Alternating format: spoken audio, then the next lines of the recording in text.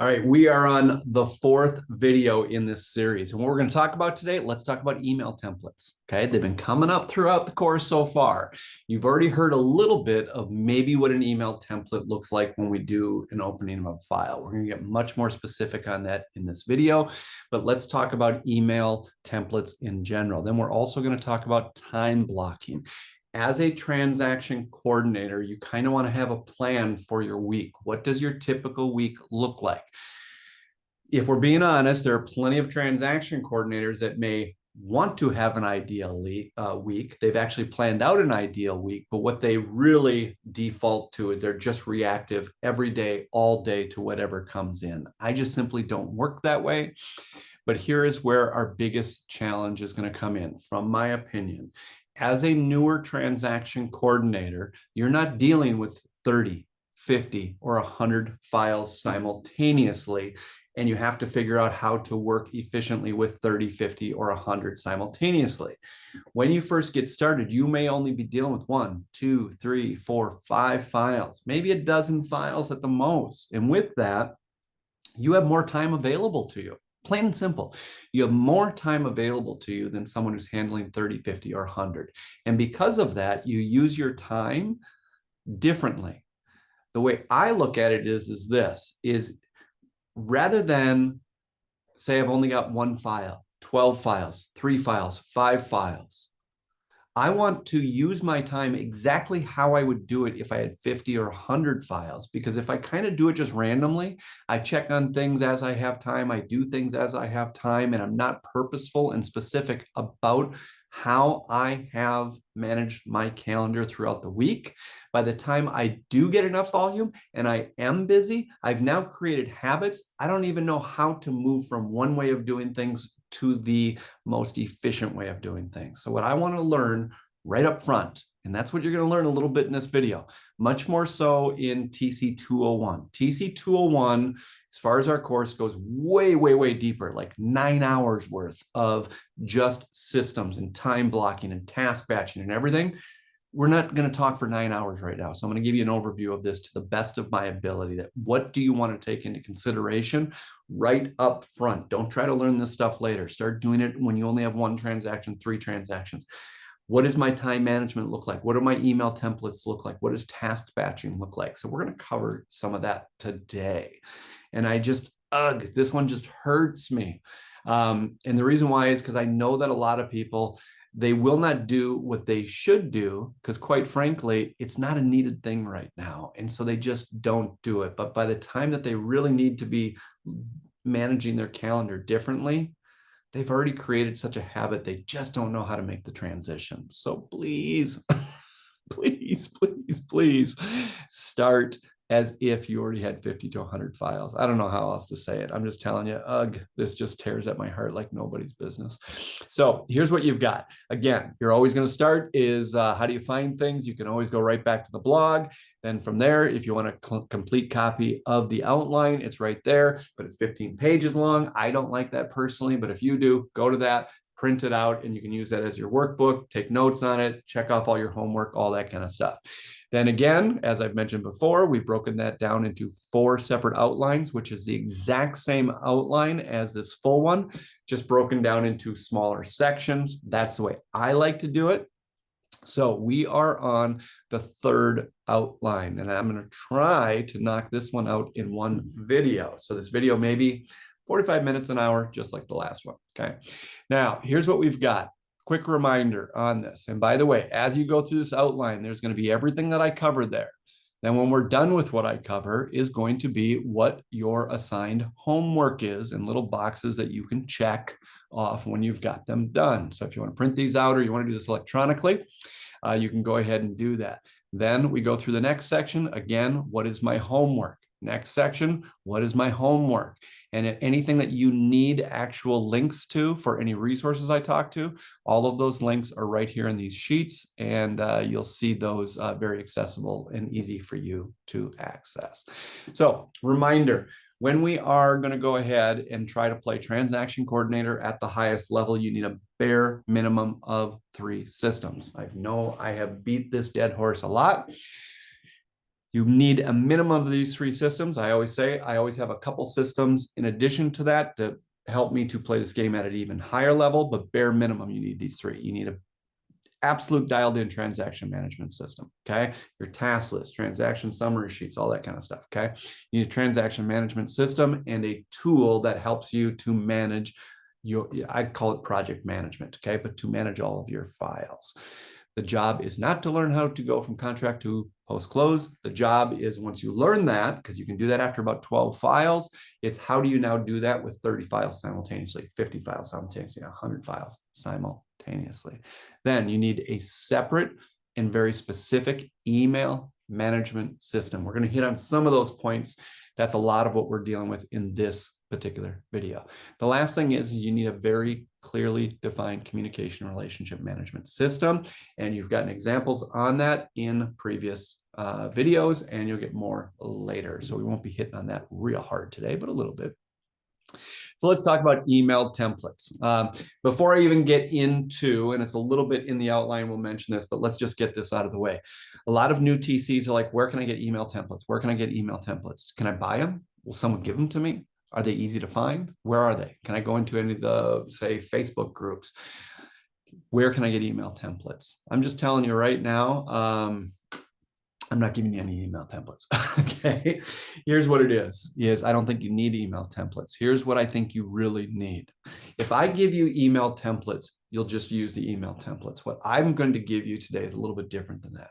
I'm going to tell you how I build an email template. Exactly what is the subject line? What is the formula that I use to create a subject line? Number 2, what is the formula? Notice I'm saying formula. I have an actual formula, a process, a system that I use to build out my email templates. And then what is the formula for how I actually title any document that I'm attaching to the email? What I want you to know as you leave this particular lesson, if you want to call it that, of the workshop is I want you to know what is the formula you're going to use so that every single time that you put together a subject line on an email, you know exactly what your formula is. Okay. Then when you write an email, I want you don't even have to think, already know what you're going to do. You know that the first line is going to be a line of gratitude. The second line, you're going to educate. The third line, you're going to go ahead and you're going to do an ask or offer. And the fourth line, you're going to leave with gratitude. You're going to start with gratitude. You're going to end with gratitude. It's going to be a gratitude sandwich. You're going to see that in the outline. Okay. And I'll give you examples of what that sounds like. We'll stick with the appraisal example because I used that before. Let's just keep consistent. So I will make sure you know exactly what those templates sound like.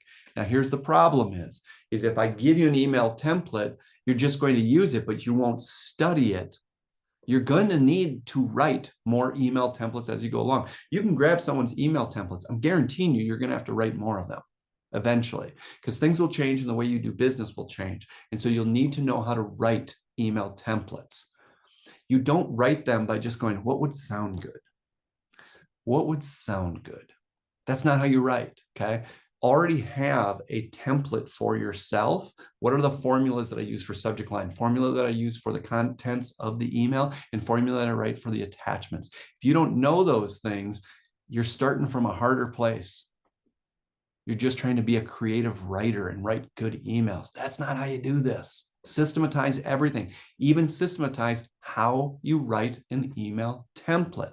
If you just take someone's email template, chances are you're just going to use it, but you don't dive into that email template and really look, what is each point of the email template? How are they formatting it? What is the formula for it? And the sad thing is you get someone's email template, they may not even have a formula. They were just a creative writer. Okay. So I'm telling you right now, it's more important, it's more important that I teach you how to fish than I just give you a fish. Okay. You're going to get some ideas on what these templates sound like, but I'm very, very, very specific and I'm adamant about people learning what does a good email template look like when it's formulated. Okay. What is the formula to guarantee effectiveness and success? The last line I'm going to say again. What does the formula look like for your email template to guarantee effectiveness and success? And I forgot the last part of the formula. Who do you include on the email? That's crucial too. Okay. So let's go through it. Rule of thumb, templates Anything that happens more than 3 times, period. Anything that I have to ask more than 3 times, anything I have to answer more than 3 times, anything that comes up regularly, I don't want to be writing. I want to have a template for it, period. Okay. So that is my rule of thumb. The number is always 3. If I'm like, I've answered that a few times. Okay. Then here's the last thing that I would say is a lot of times I don't need to write a template. Think about this. This is almost the most second grade level thing I'm going to say through the rest of this thing. If I have to have a template, I have to have a template because I've said it more than 3 times. So why do I need to write it the 4th time if I've already said it 3 times? All I have to do is go look at my history. I don't even have to write the template. The template already exists. I haven't been fired yet. So whatever I said the first 3 times, it was probably okay. It was probably acceptable. At a bare minimum, it was acceptable. So I don't even have to write a template. I'm going to look at the last 1 or 2 times that I said it. And let's say I found the last 1, 2, 3 times that I said it. I can look at them and go, you know what? Out of those 3, I like this one the best. I'm going to just cut, copy, and paste and start using that as my template. Now, the last thing I'm going to say about that side of it, every template you write, crucial, is a living, breathing document. It's a living, breathing document. You can change it at any time. It's a template. And if I see that after I use that template that I'm still getting a couple of the similar comments or questions or anything, and I know I could answer that within my template, I may just edit that template and already pre-answer that question in my template so I don't get that. Second thing is, as I'm doing files, I'm going to see other people's emails coming at me for a similar issue. Okay. When I look at their email template, I might look at their email template and go, oh, I freaking love that. Okay. It might even be just 1 line in their email template. I'm stealing that. Okay. Don't worry about plagiarism or anything like that on email templates. If someone you have to ask questions, and now you get emails in return on the other side of the transaction that also have to ask those same questions when they're on the other side of the transaction, and you think the way that they're asking it is more clear, it's better, it's going to be more effective than the way you're answering it, are you kidding me? I'm going to take that as a lesson. I'm going to be humble. Humility is a huge skill set, a huge asset in all of this.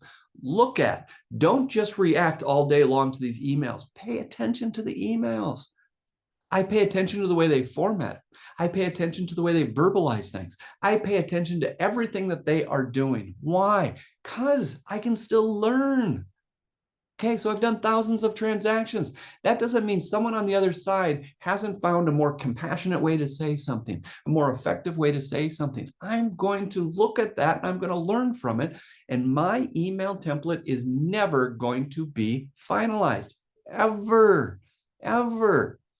If there's anything that I can learn from someone else, I'm going to edit and update my template, plain and simple. I've had people reach out to me that have been on the other side of my transaction, and they've done multiple transactions with me on the other side of the transaction. Okay.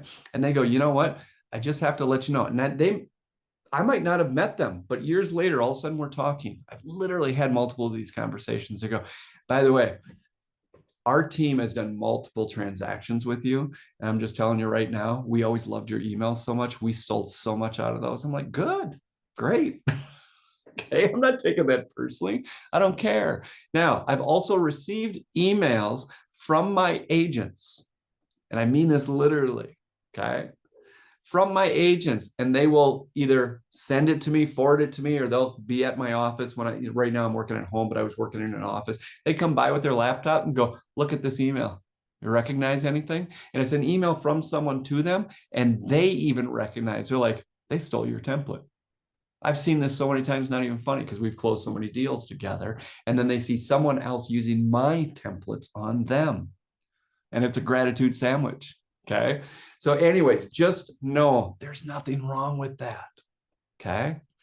So templates, anything I have to say 3 times. Do I really have to write the template? Well, if I need a template, that's only because I've done it multiple times. So you've probably already got something that would at least be a good start for a template within your email history.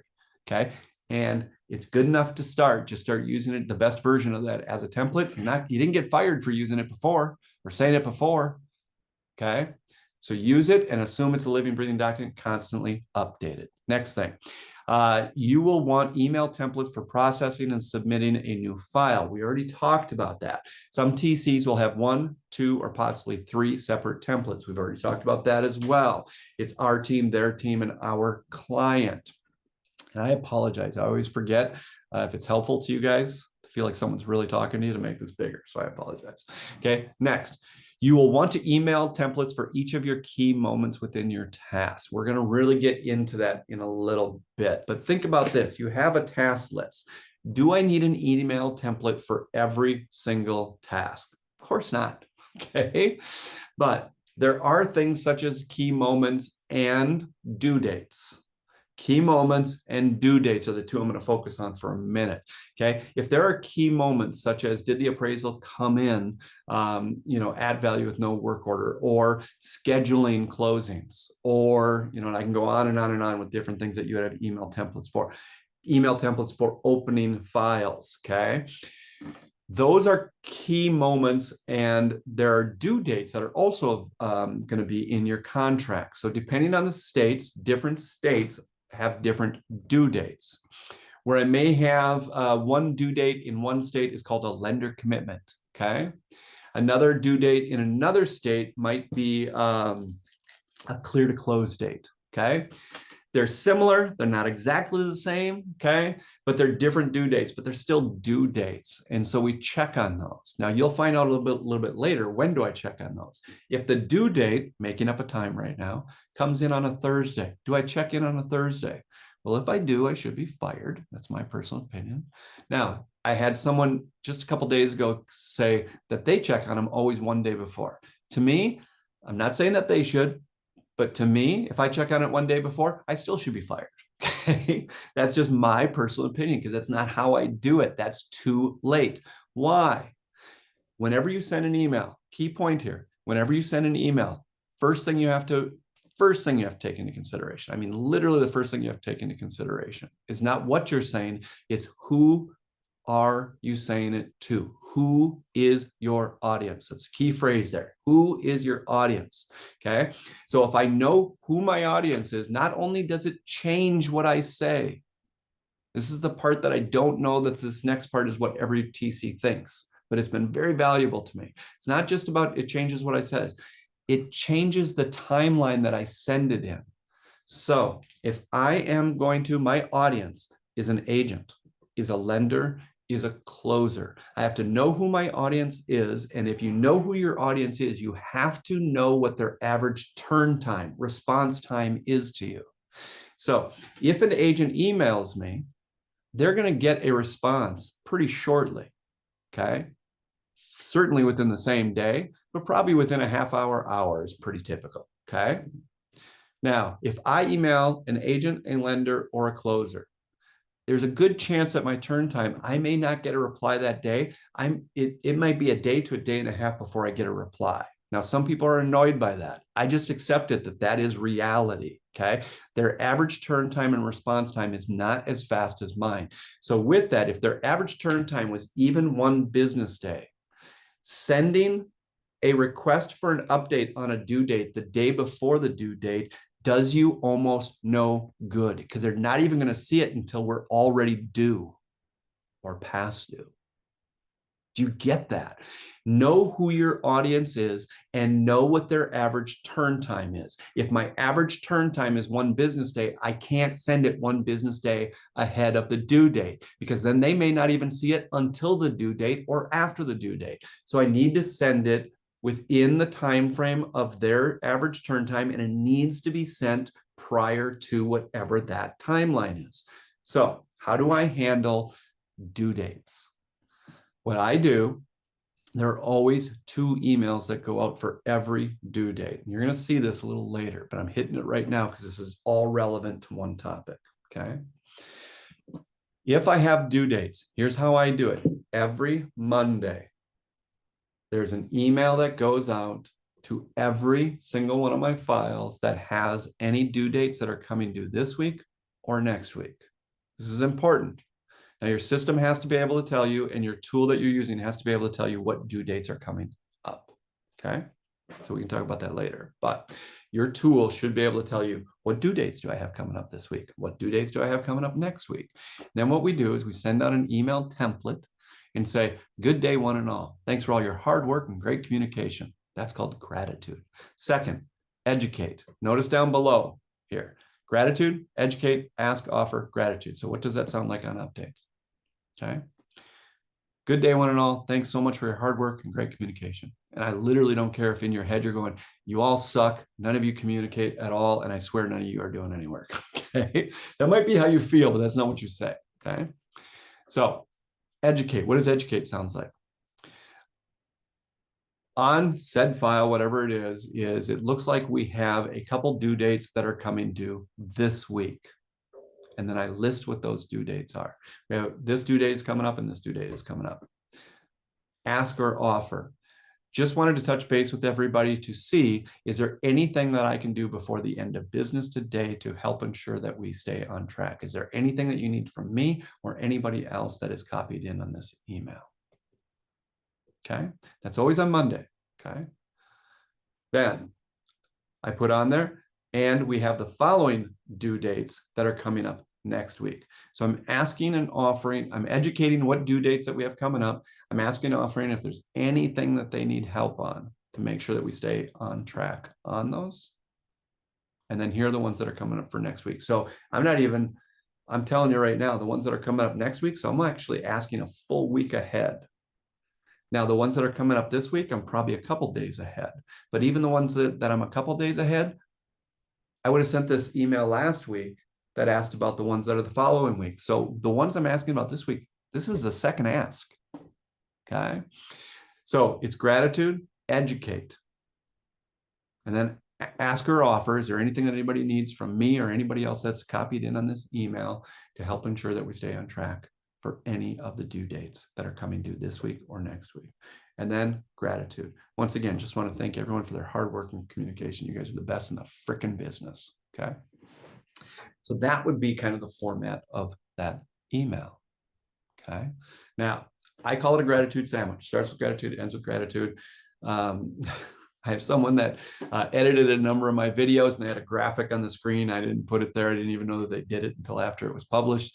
They called it the Breckheimer sandwich. And so a lot of people will call this, do the Breckheimer sandwich. I've heard a lot of people in the offices I work at, they all call it a Breckheimer sandwich. I kind of hate that, but it still makes me laugh. Okay. It's a gratitude sandwich. Okay. Now, from there, notice what I said in there, because this is going to give you some additional information. Okay, for my formatting and my process on email templates. I have 4 points in the actual contents of the email.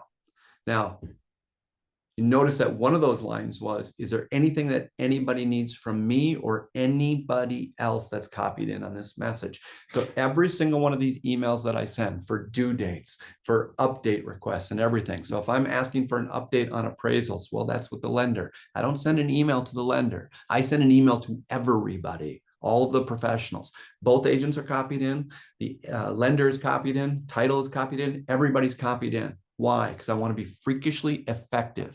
If you just send that email to the lender, they may get back to you, they may not get back to you. But if you send it and everybody's copied in, here's what they're doing on the other side. Ugh, I hate when Breckheimer copies everybody in, because now if I don't reply, it doesn't look like I'm doing my frickin' job.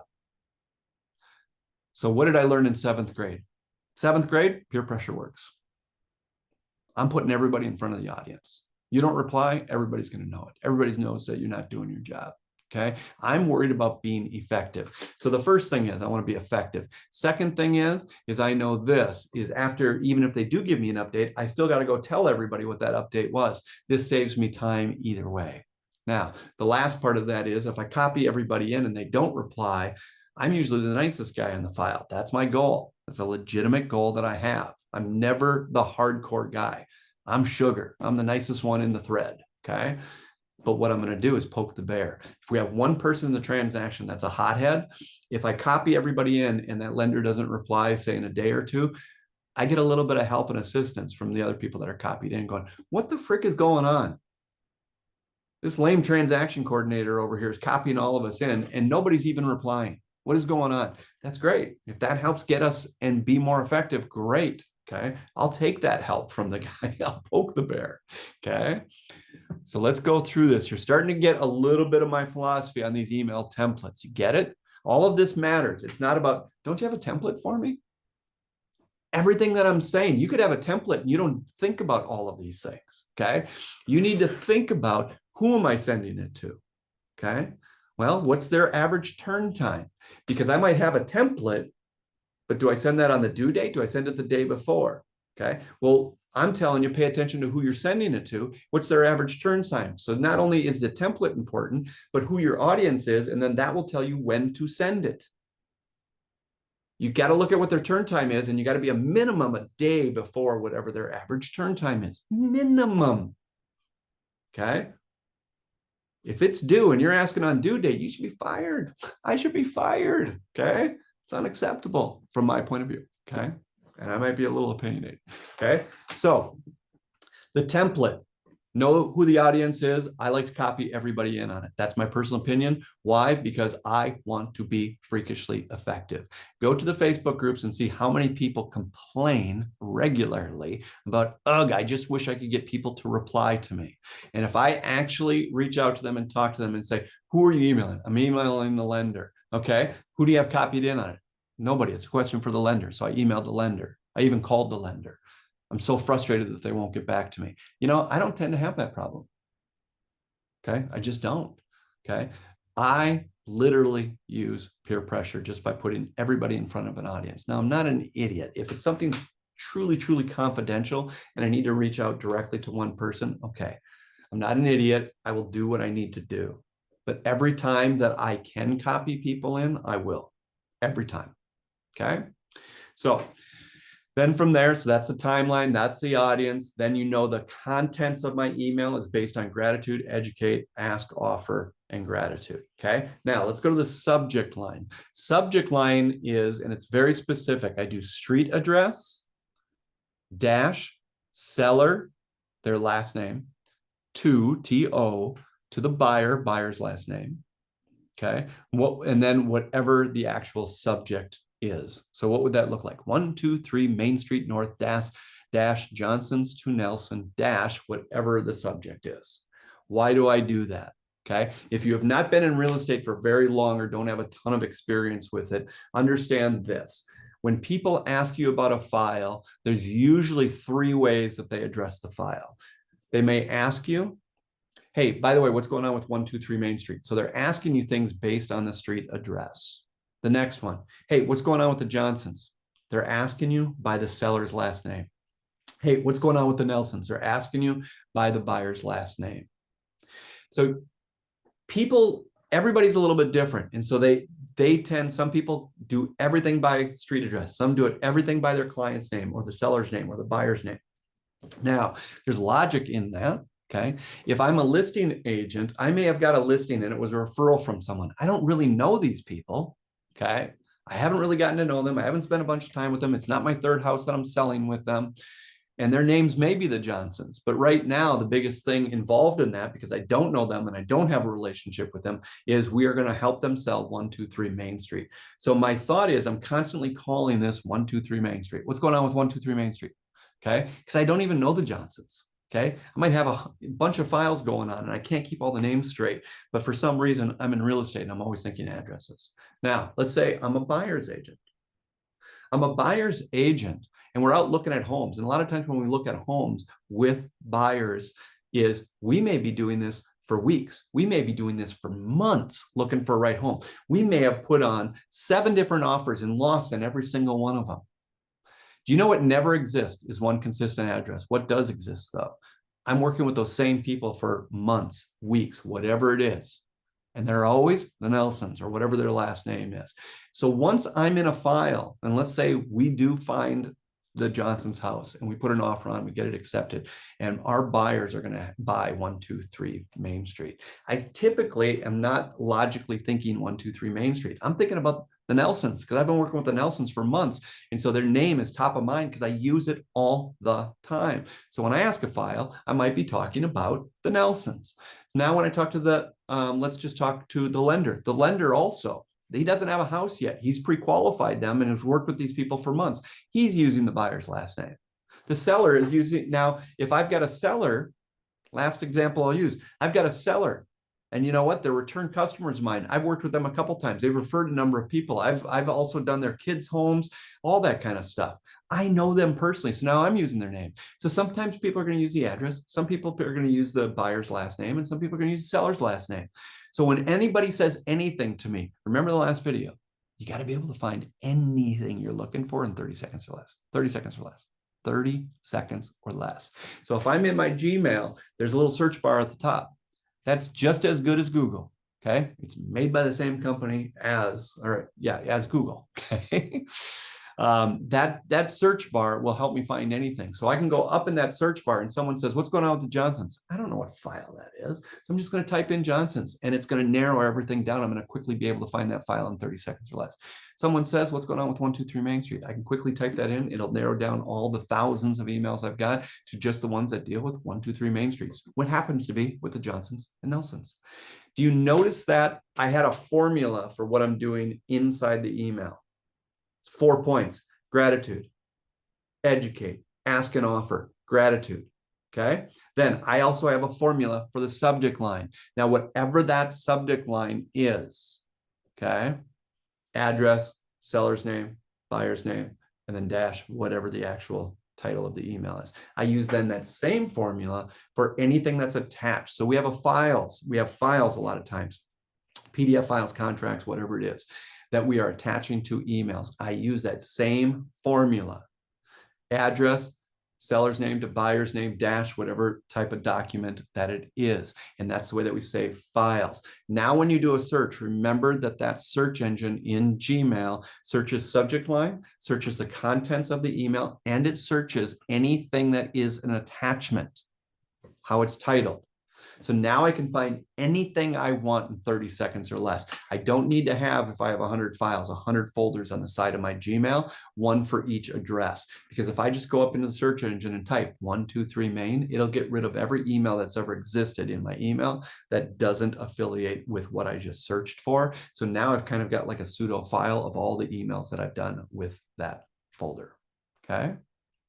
So that would be how a couple things that I'm doing to be more effective. Okay. Now, do I have email templates for most of my key moments and due dates? Yep. How do I format them? I format them like this.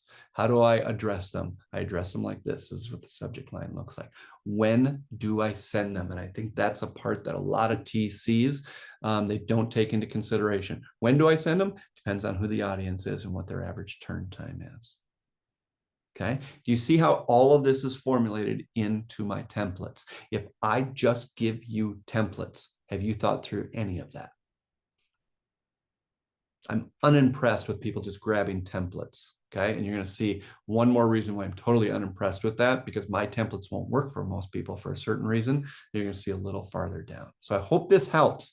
This is playing this game at a higher level. So now, last thing I'll say about taking someone else's templates. If you take someone else's templates, slow down. Don't just use them. Take them. That's okay. If that's what you need, take them. And then analyze them. What are they using for a subject line? Okay. Remember, every template is a living, breathing document. So then determine, okay, what do I want to update in this template to follow my format? Okay. Now, you don't have to use Breckheimer's format. I'm telling you, it's effective. Okay. That doesn't mean it's the only effective way. There's multiple ways to win. Okay. But you can take a look at someone else's template, but don't just blindly use them. Assume that you are just getting them just to get you started and a start point. But what you're going to do is constantly edit them and improve them so they're systematized. Truly systematized, based on a formula that you've come up for the subject line, based on a formula that you come up for the actual contents, based on a formula that you have for the attachments. Okay. You don't have to formalize them the same way I do, but to say that you don't need a formula for either one of those, I'm going to disagree with you at the highest level. Okay. Do it. Okay. So here's a breakdown of how I treat email templates for opening. Now, this is what I told you in the last video, what I was going to share for you. So what do I actually include? And now you know my kind of my template for emails and subject lines and everything else like that. But also, when we do an opening, aren't we sending a transaction summary sheet? Aren't we sending all of the docs, contracts, and everything else like that? That just told you that when I put those attachments, I don't just use what, say, the agent sent me all the contracts. I don't use however they've labeled them. I rename them. I rename the docs. I save them and I change the name to match my formula. Why?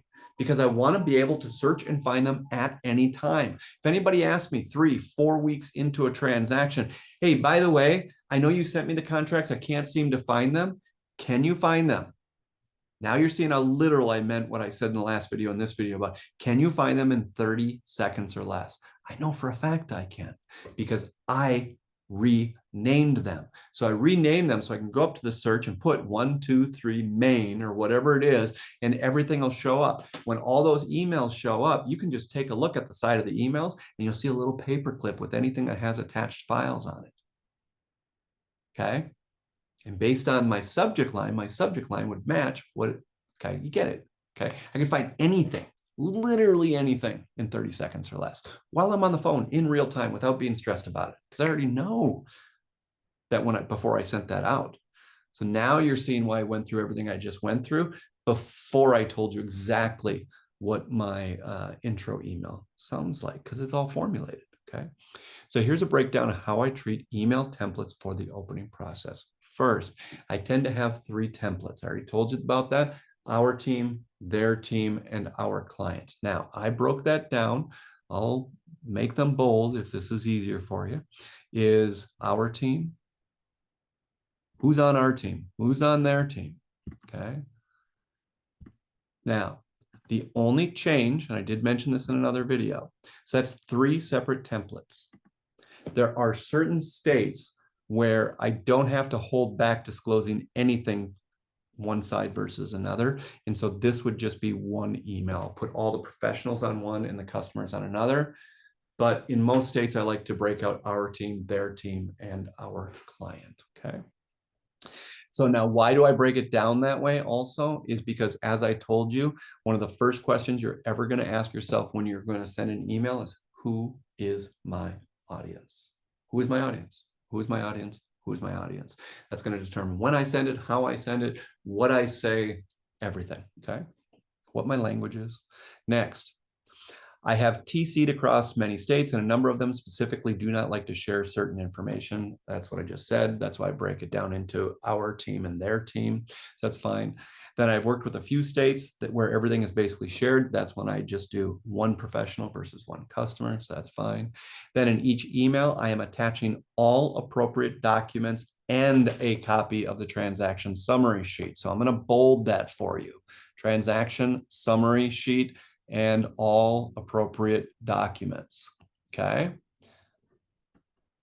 Any contracts, anything else that I've got, with all of the terms and conditions and information and applicable due dates. So what is that? Due dates, and I'll put it on a, well, actually I got it on the next line, and that's all going to be on a transaction summary sheet.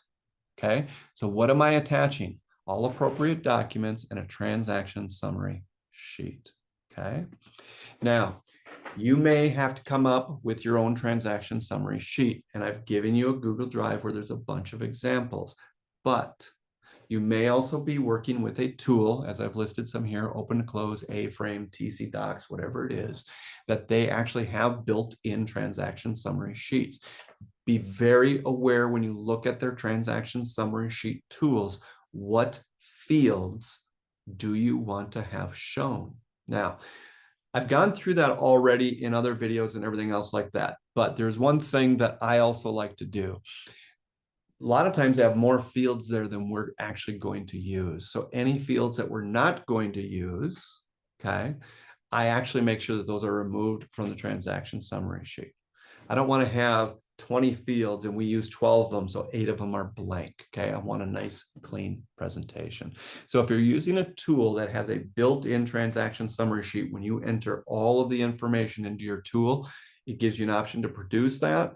Make sure that you are then fine-tuning your transaction summary sheet to show the fields and categories that you want, and anything that is not filled in, if possible, if your tool allows it, get rid of that. Keep it clean, okay? Then, with all that said, my intro is fairly basic. Now, I want to stress that when we first start a transaction, come on, we got a ton of information that we could share. But if you send an email, especially if it's your very first email that you're sending, and the email is this long, okay? Come on, these people are busy. You got loan officers, you got real estate agents, you've got attorneys. They don't have time, if they're getting 20, 30, 40 files a day in their organization, that they can sit and read each one of them.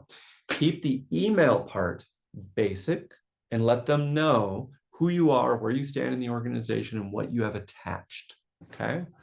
Now, the last thing that I'm very particular about including for them. Remember how I said I asked the agent 3 questions. What's missing? When can I expect to receive it? Who do you want to track it down? So that's where I put that information. I don't want to send an intro email with all the attachments and then expect that they're going to go through all the attachments to look what's missing. And then they have to get back to me and go, hey, by the way, we're missing these 3 items. Okay? I'm not sending stuff waiting to see what they've discovered. Okay? They shouldn't have to discover anything, ever. And I mean that literally. Don't make them work. They have other work to do. Don't make them become your private investigator for your agent. And I'm not even my private investigator for my agent. I make them, when they send in a file to me, to answer 3 questions. Send me everything you got and answer 3 questions. What are you not sending me here? What's missing? When can I expect to receive it? And who do you want to own tracking it down? Okay. Now, when I get those answers, I'm going to share that information on my intro email. Okay. So with all that said, my intro email is fairly basic, since 90% of what they need is in the attachments. I typically will congratulate everyone for getting another transaction, educate everyone who I am and where I stand in the transactions, and I'll share with them what has been attached. See the list above. So I let them know there's transaction summary and all of the documents. And last but not least, I break down the following 3 points. And I know in the last video, I'll beat this like a dead horse, and I did it here again, but I'm telling you, these are the 3 things. What's missing? When can they expect to receive what is missing? And who will own or is currently in the process of gathering, completing, or tracking down any of the missing items? That is my intro email. Okay. So now think about my 4 points. It is gratitude, educate, ask or offer, and then gratitude. So with that, I do the same thing. Hey, just wanted to introduce myself to everybody. I'm so grateful to be able to send another transaction out to everybody, and looking forward to working with everybody. Educate. I am David Breckheimer. I'm the transaction coordinator for Joe Smith with XYZ Realty. And so now I'm educating them who I am. And then the second part of education, what I am sending and including in here is going to be a copy of all the documents that I have thus far, along with the transaction summary. See, both of those are attached as PDFs. Then I ask or offer. Is there anything after going through this file that anybody needs that I can get to them before the end of the day to help them to move or to do their job, or to, whatever. Okay. So I'm basically asking and offering any other assistance. Okay. Or any answer, any questions, whatever it is. Again, thanks everyone for all your hard work and great communication. Totally looking forward to working with all of you. Have an awesome day. You're the best in the business, whatever. Okay. Notice I'm using those 4 points. My subject line is going to be 123 Main Street dash Johnson's to Nelson's dash new. It depends on what you call it in your state. Okay. New contract. Okay. New seller's contract, new, whatever it is, whatever you want to call it. Okay. I just put on here, I hope the above helps. I have nothing against email templates. If you get a free email template from someone, God bless you.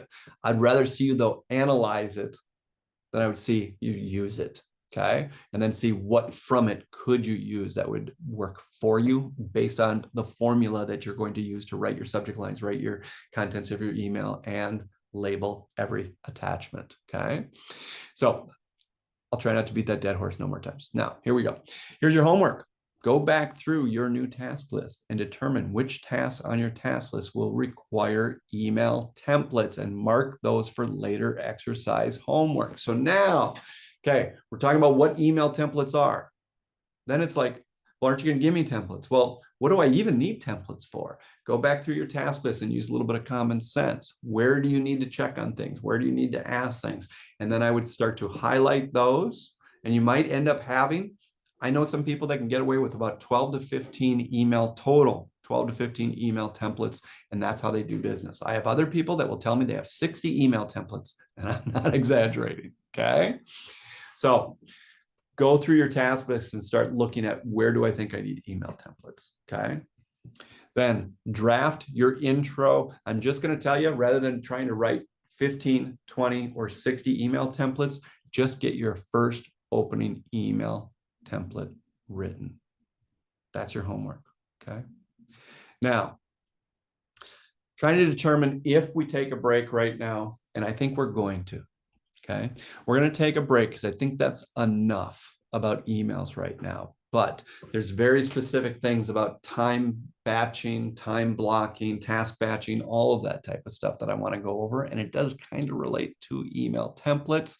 So we're going to go through that in a separate video right now. So I hope this was helpful to you guys. We're going to stay for the next video on outline 3 of 4. But we're going to end this video right now. Go do your homework. Have a great day. We'll stop sharing. All right, guys, take care.